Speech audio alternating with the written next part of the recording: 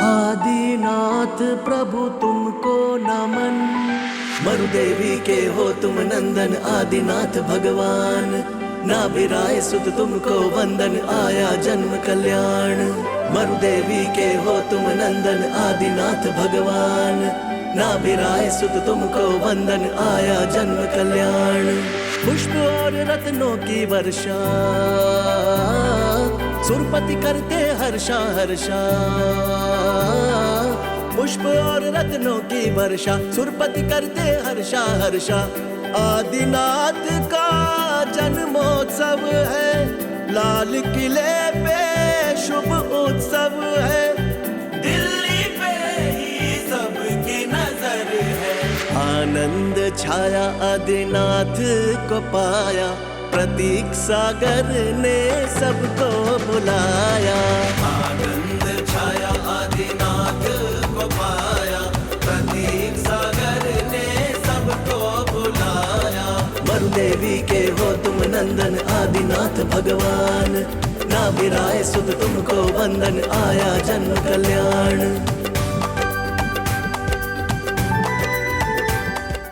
बेटा बारिश है तो बेटी पारस है। बेटा मान है तो बेटी स्वाभिमान है। बेटा पारा वंश है, बेटा वंश है तो बेटी अंश है। याद में रखिएगा कि बेटी का महत्व तो किसी भी दर्जे से कम नहीं आका जाना चाहिए। एक बाप मेरे पास में आया, बोले महाराज श्री आशीर्वाद दे दे। मैंने कहा भाई किस बात का आशीर्वाद चाहिए? बोले प्रभु मेरे को जो है 15 साल विवाह को हो गए हैं। तो मैंने कहा तो क्या हुआ, अच्छी बात है 15 साल विवाह को हो गए हैं, तो 15 साल से तुम अपनी जिंदगी को जो है आनंद के साथ में जी रहे हो। बोले हाँ मैं पूरी आनंद के साथ में अपनी जिंदगी जी रहा हूँ। तो आशीर्वाद किस बात का चाहिए? बोले महाराज चिंता सताती रहती है कि मेरे जाने के बाद मेरे वंश को आगे कौन बढ़ाएगा।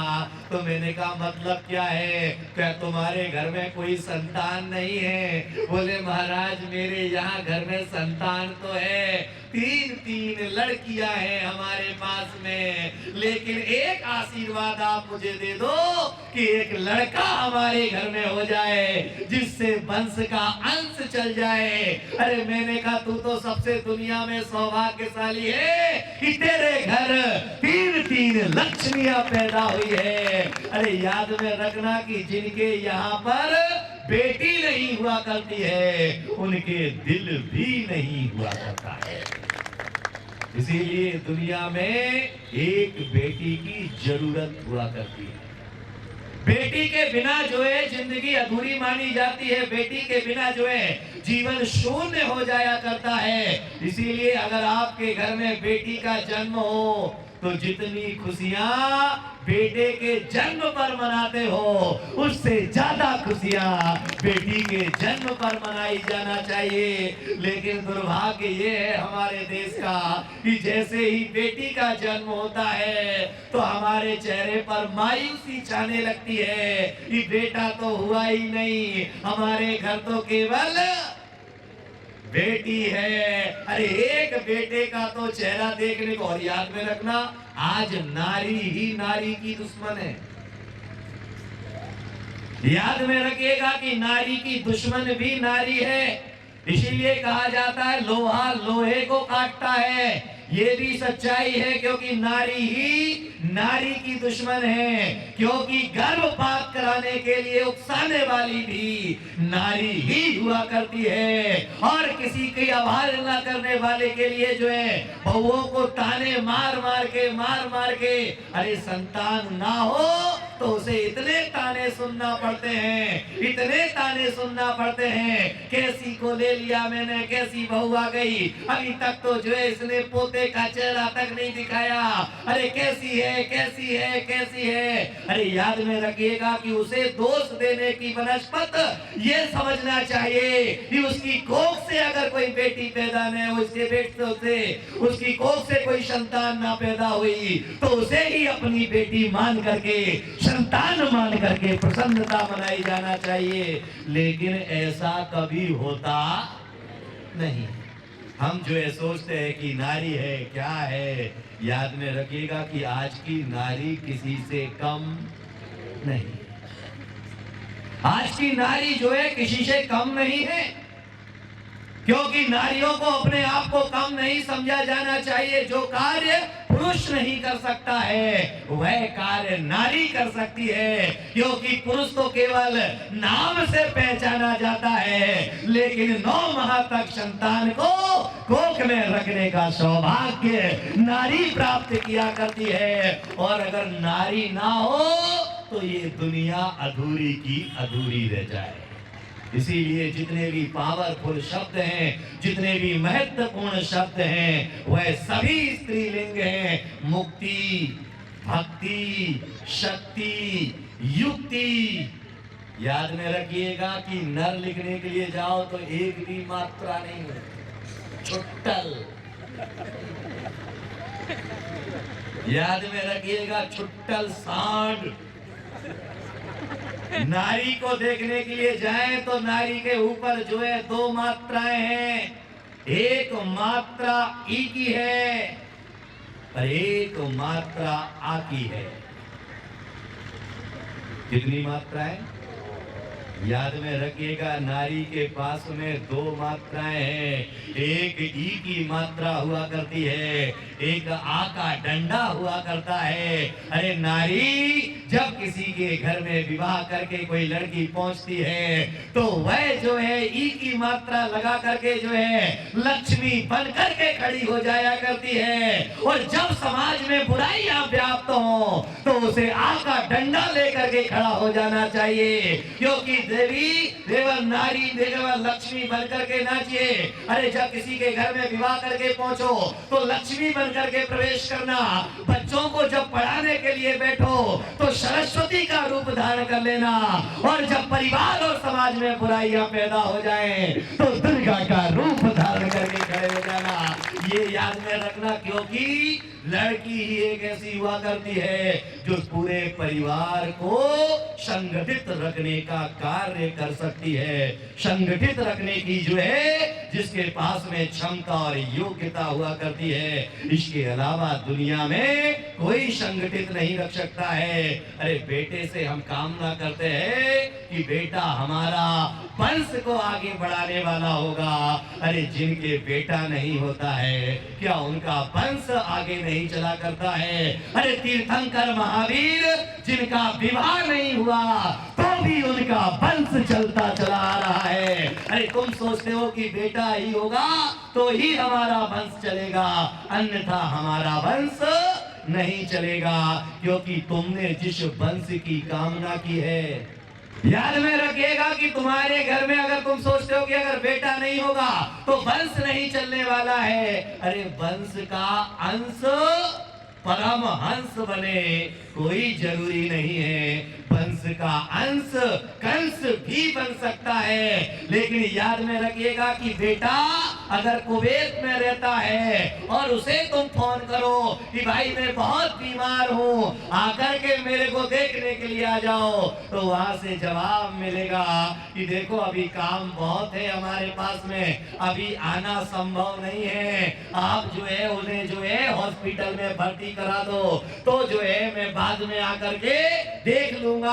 लेकिन विचार करिएगा, अगर बेटी को पता लग जाए कि पिता बीमार है तो वह अपने पति से कहती है भाई मुझे जो है पिया नहीं भेज सकते हैं। बोले उसने कहा कि भले ही तो मुझे साड़ी दिलवाना या मत दिलवाना, कोई गहना दिलवाना या ना दिलवाना, लेकिन मेरे पिता की तबीयत बहुत खराब है, मुझे जो है पिता के पास जाने दो। याद में रखना बेटा माँ को प्यारा हुआ करता है।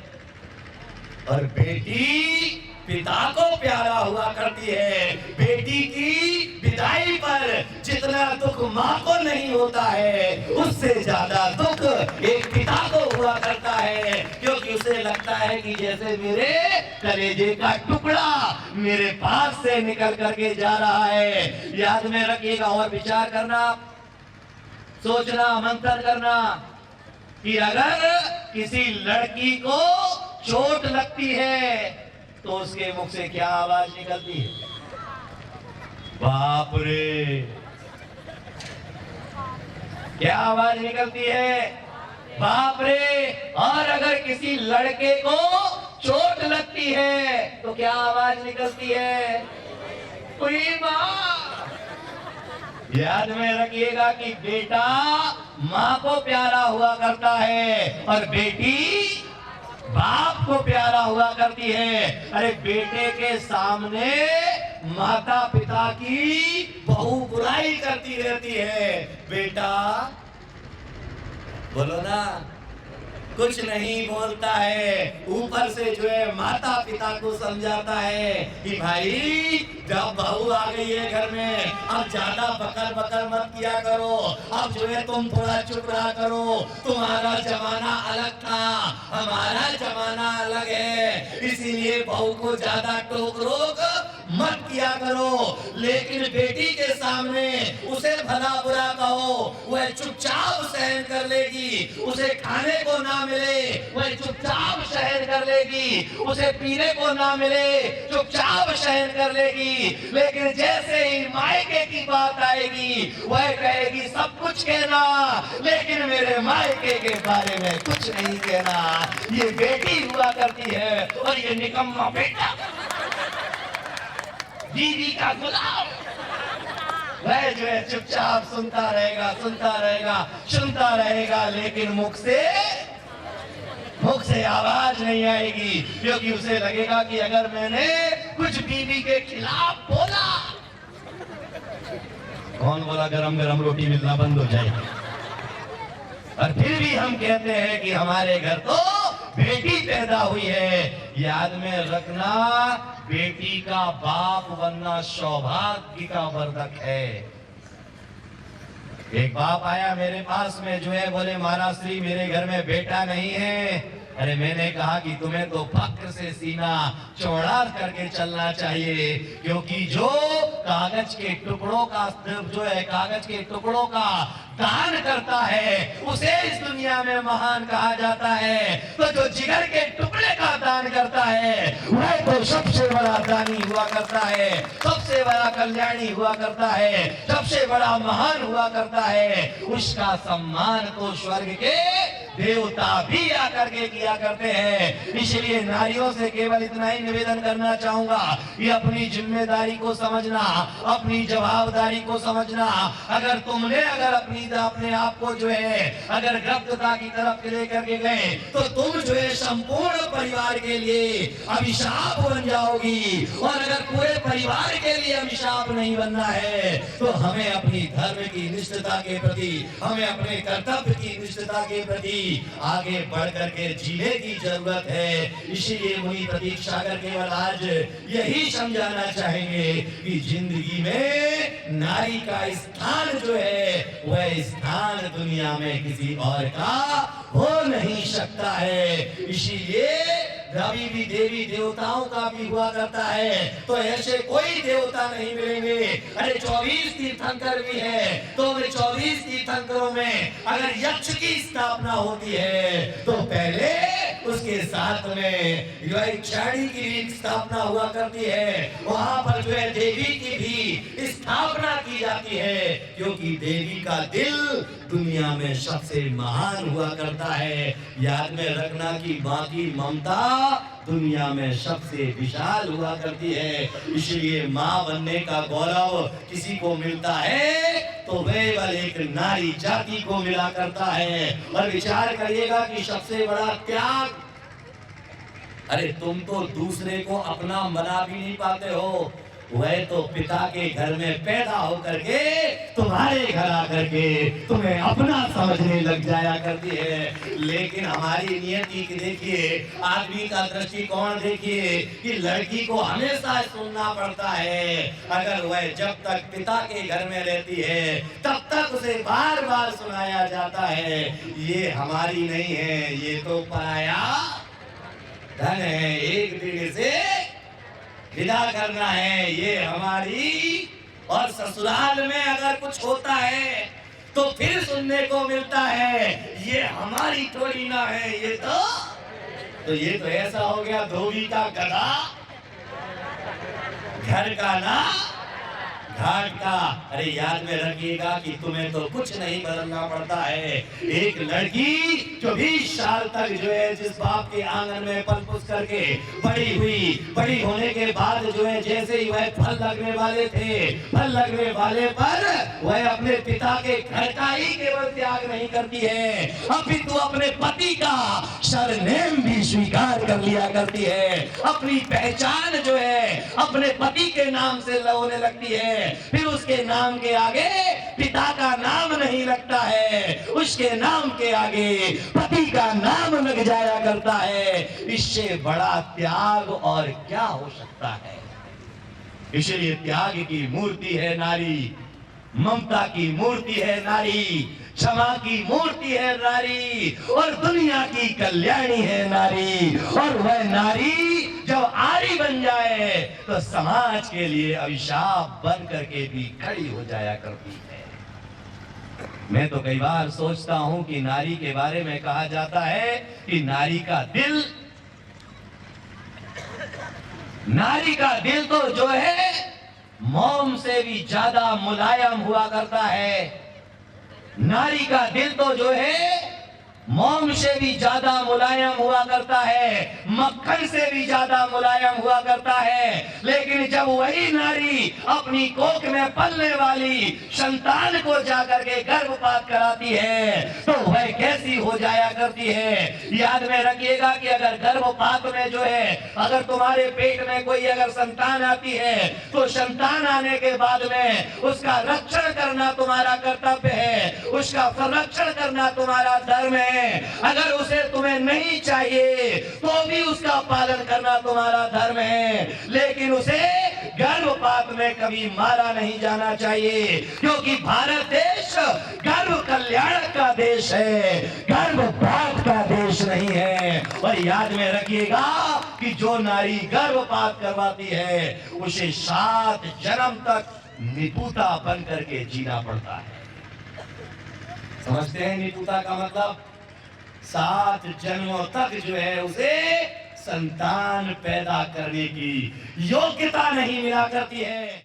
कार्यक्रम प्रस्तुति दिगंबर जैन जागरण युवा संघ रजिस्टर्ड मुंबई, केंद्रीय कार्यालय 305 रानी सती मार्ग, मलाड ईस्ट, मुंबई 97। दिल्ली कार्यालय D 319 गली नंबर 11, हृदयपुरी, शाहदरा, दिल्ली 93। अपने परिवार की ओर से मुनिश्री के कार्यक्रम का प्रसारण के लिए संपर्क करें 882697 77903 906533 0031। बैंक विवरण सेंट्रल बैंक ऑफ इंडिया, खाता संख्या 3424988837। IFSC capital CB, small I, capital N 0280454।